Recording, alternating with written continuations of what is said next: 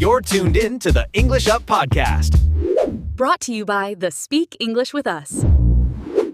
Have you ever been in the middle of work and suddenly felt like your brain just froze? Like no matter how hard you're trying to focus, your energy just crashes completely? That's spot on. You take a break, but somehow the tiredness doesn't go away. Instead, you end up dragging yourself through the rest of the day with less focus and more stress. This episode is perfect for B1 level learners, so if you're still a beginner, don't worry, you'll get it too. We're diving into a topic that hits home for many of us: how to recharge fast without wasting time. Right, because the solution isn't just taking long breaks or naps. It's about smart, tiny pauses, we call them, micro rest rituals, that give you a real energy boost on the spot. Imagine this. You're in a long meeting or grinding through a project, and suddenly you feel that tension creeping up. Your focus slips, and your mind feels foggy. What do? How do you recharge quickly without losing momentum? Quick question. How many of you have tried just scrolling on your phone during a break, hoping it'll help, but it never really does? Drop the number of times that's happened. I bet it's more than a few. I'm guessing some of you are on your phone right now, trying to sneak in a little break while listening to us.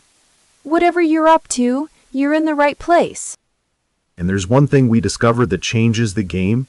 It's called the Intermittent Recovery Effect. Basically, short, quality breaks restore your energy better than long, lazy rests.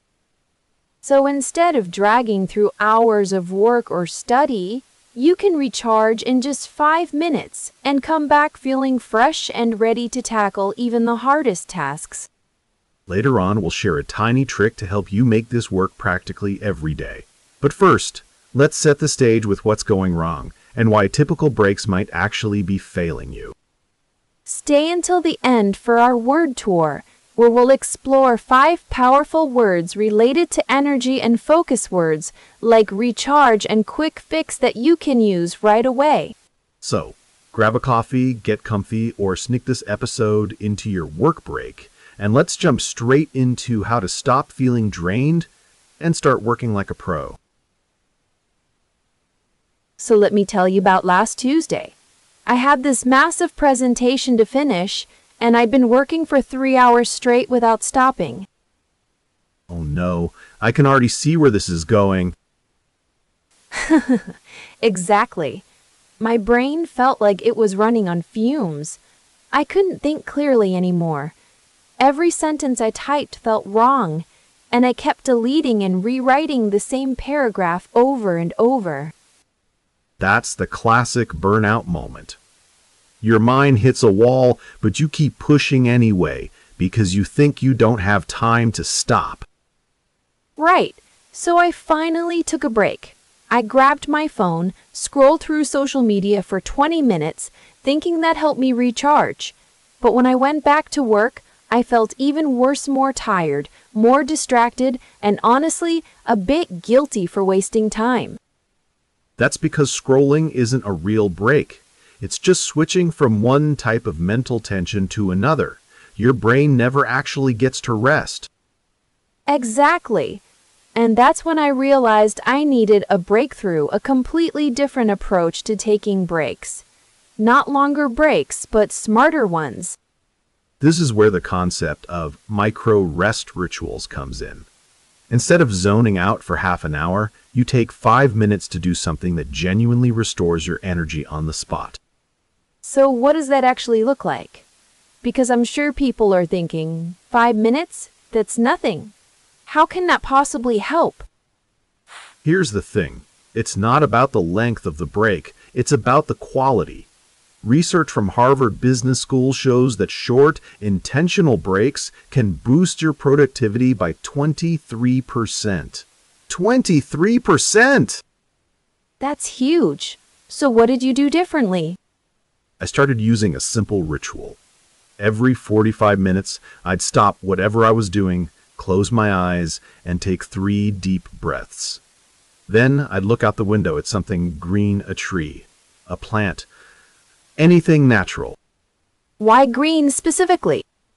Because studies show that looking at nature, even for just a few seconds, helps your brain switch gears and reduces mental fatigue. It's like hitting a reset button. That makes sense. And I'm guessing you didn't just sit there staring at trees? No, I also did quick stretches, rolled my shoulders, stretched my wrists, moved my neck around. It sounds simple, but it gets your blood flowing and releases physical tension immediately. So you're addressing both mental and physical fatigue at the same time. That's smart. Exactly. And here's the best part: after just 5 minutes, I felt completely different. My focus came back, my energy returned, and I could tackle the next chunk of work without that foggy, exhausted feeling. I love that. It's not about finding more time to rest. It's about using the time you already have more effectively. Right? And the key is consistency. If you do this every day at the same times, your body starts to expect it. It becomes a habit, and your energy levels stay stable throughout the day instead of crashing in the afternoon. So no more 3 p.m. slump where you're just staring at your screen, praying for the day to end? Exactly. No more of that. And by the way, there's a phrase for this kind of intentional recovery. It's called the Intermittent Recovery Effect. We'll break that down later in our word tour. I can't wait. But first, let's talk about what happens when you don't take these breaks. Because I think a lot of people are still in that mindset of, I'll rest when I'm done. That's the trap.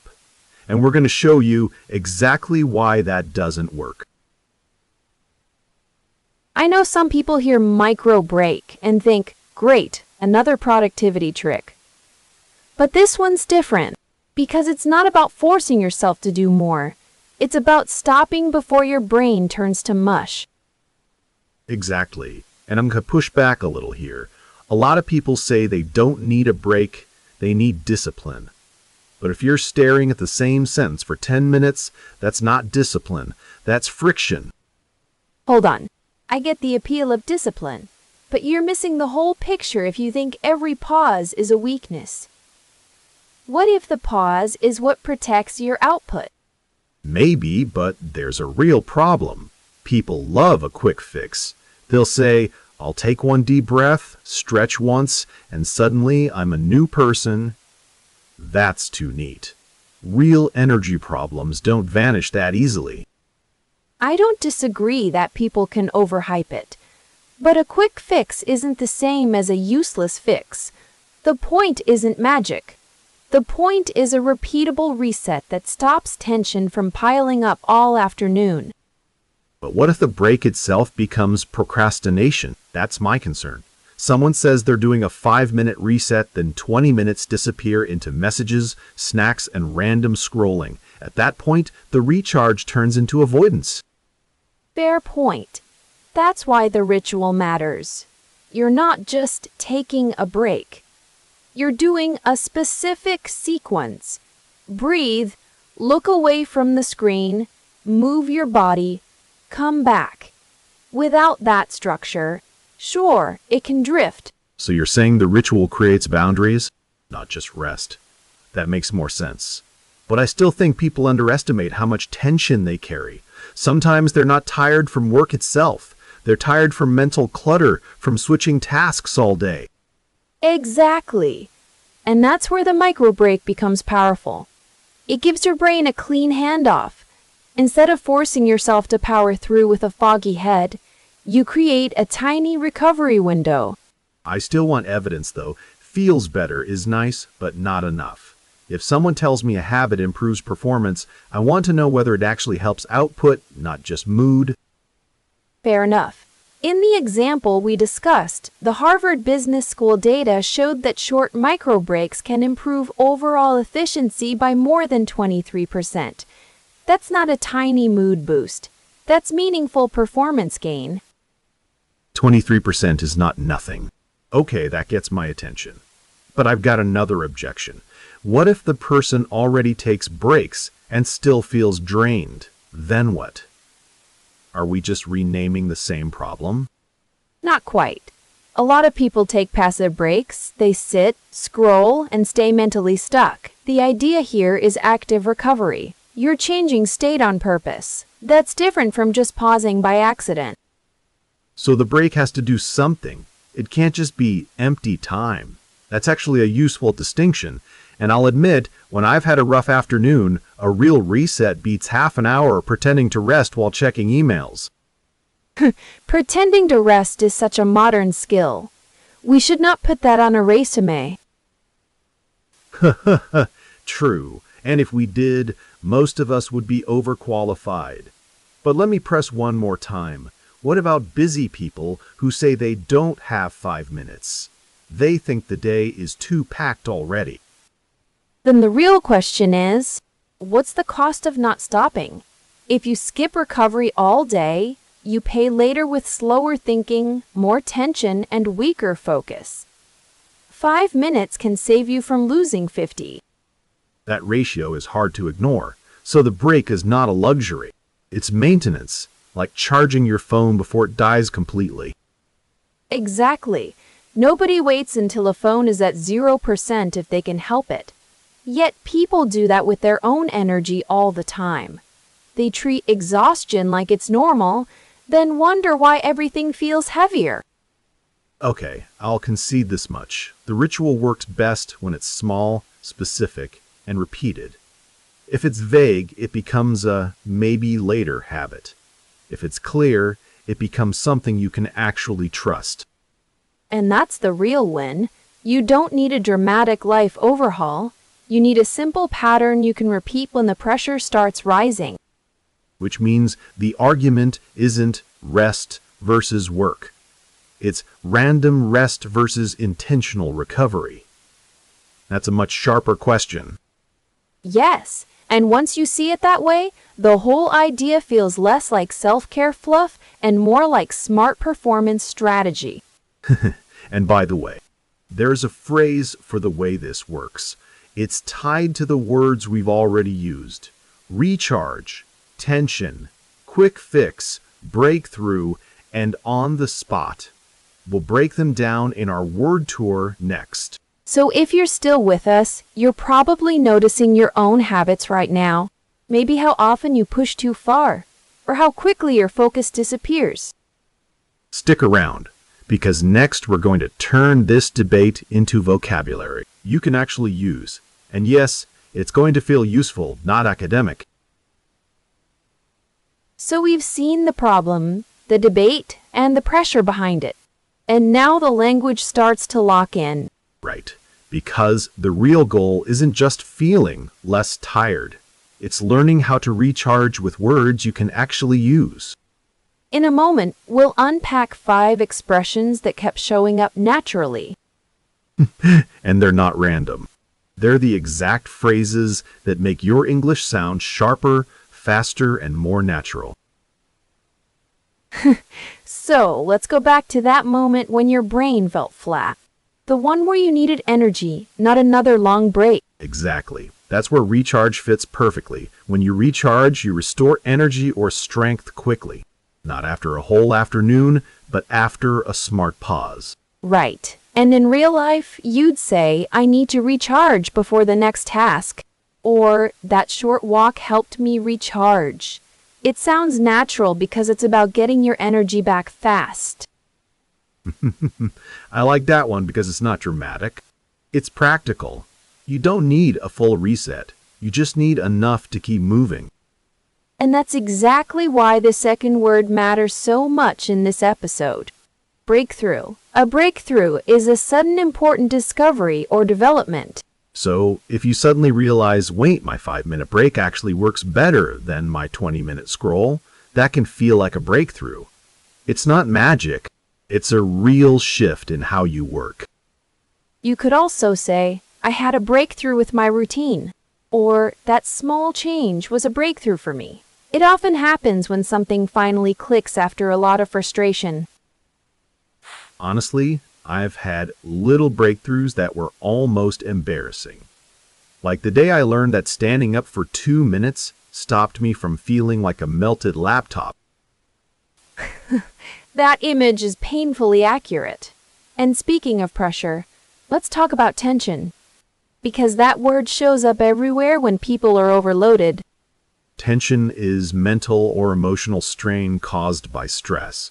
So if your shoulders are tight, your jaw is clenched, and your mind keeps spinning, that's tension doing its thing.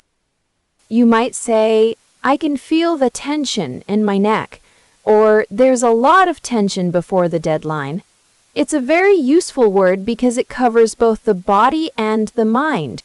And that's why the micro break ritual matters. It helps lower that tension before it turns into full-blown burnout. Now, sometimes people want the fastest answer possible. They want a quick fix. A quick fix is a simple and fast solution to a problem. It sounds appealing because when you're tired, you want relief right now. But not every quick fix is a good one. Like caffeine on top of no sleep, which is basically saying, let's borrow energy from tomorrow. Funny, until it isn't. Exactly. You could say, I need a quick fix for this headache, or that shortcut was just a quick fix, not a real solution. It's a great phrase when you want to sound clear about the difference between temporary relief and lasting change. And here's the last one, which is super common in real conversations, on the spot. On the spot means immediately, without delay. If your boss asks a question and wants an answer right away, you have to respond on the spot. That's the moment many learners freeze, because they know the answer in their head, but the words don't come out fast enough. You can say, I had to answer on the spot, or she made the decision on the spot. It's strong, simple, and very natural in business or daily life. Let's connect them one more time in a tiny scene. I felt tension all morning, so I took 5 minutes to recharge. That gave me a breakthrough. Not just a quick fix, and I could answer on the spot when my manager called. That's excellent. And notice how the words work together. They tell a whole story, not just isolated vocabulary. Exactly. That's what makes these expressions powerful. You don't just memorize them, you hear how they live inside real English. Keep listening for them in meetings, study sessions, and everyday conversations. And the more you notice them, the faster they become yours. Looking back, we uncovered how important it is to recharge your energy in smart, effective ways, not by long breaks, but by quick, meaningful pauses throughout your day. Right, we talked about that breakthrough moment when you realize a 5-minute pause with deep breaths and some simple stretches can beat dragging yourself through exhaustion all afternoon. And don't forget how tension builds up physically and mentally, which makes those micro rest rituals even more essential. Ignoring that tension only hurts your focus and productivity. So here are a few tips to actually start recharging better. First, set a timer every 45 minutes to remind yourself to pause for 5. Don't just scroll on your phone. Close your eyes, breathe deeply, look away from the screen. Next, add a quick stretch to loosen your neck, shoulders, and wrists. It sounds small, but it really helps blood flow and reduces tension on the spot. I'll share my experience. I used to push through fatigue until I felt completely drained. Then I tried this micro rest ritual, and honestly, it changed how I work. I still get tired, but come back faster. That's the kind of change that can make your workday less frustrating and more focused. I hope you'll try it too, even just once or twice a day.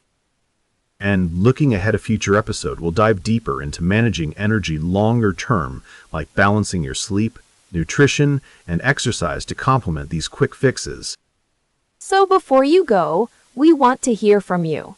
What's one simple way you think you could recharge better during your day? Share your thoughts when you have a moment.